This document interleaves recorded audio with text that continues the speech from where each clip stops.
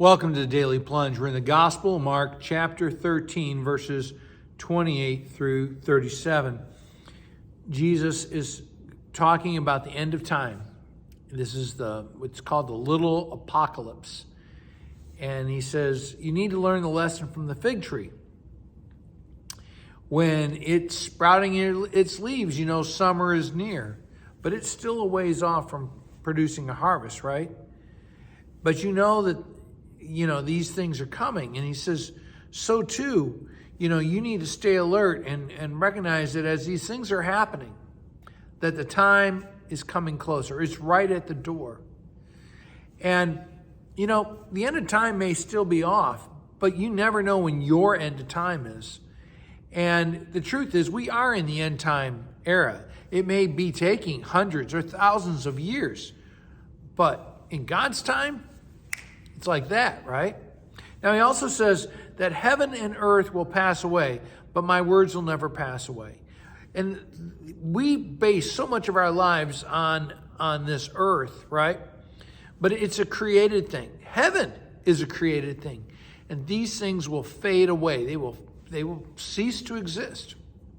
But God will never cease to exist. God's word, God's will never pass away. And that's where we should put our focus. That's where we should build our lives, right?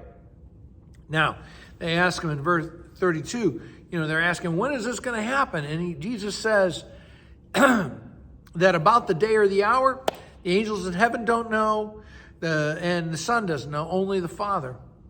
And I think that is the ultimate verse when people try to say, oh, I know when the end of time is. No, you don't. If Jesus doesn't know, you don't know. You are far below his pay grade level, right? And so we should not be focusing on when. We should be focusing on who is our hope in the midst of the end of time. Now, Jesus follows this up with saying, you don't know when it is, but you know what you should do is be on your guard, be alert, keep watch. And then he tells basically a short parable. He says, the servants, they are stewards who are left in charge. They're assigned a task. And it's their job to tell others to keep watch for when the master will return. Keep watch for when the house of the owner returns. Which begs the question, who is the owner of the house? That's God, right? And who are the servants? Well, that's you and me, right? And are we good servants? Are we asleep at the wheel and not living as God's servants? Or are we wide awake with faith? He warns, if the owner of the house comes back suddenly, if God comes back suddenly, what are you going to do? Is God going to find that you're just coasting in your faith, that you're asleep at the wheel in your faith?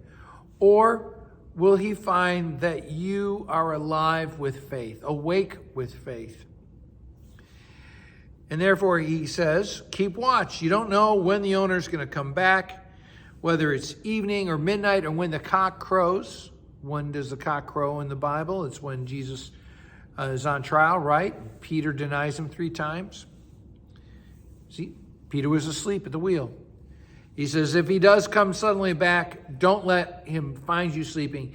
The word that Jesus has for all of us is watch, keep alert, be awake in faith. Well, thanks, friends. Have a blessed day.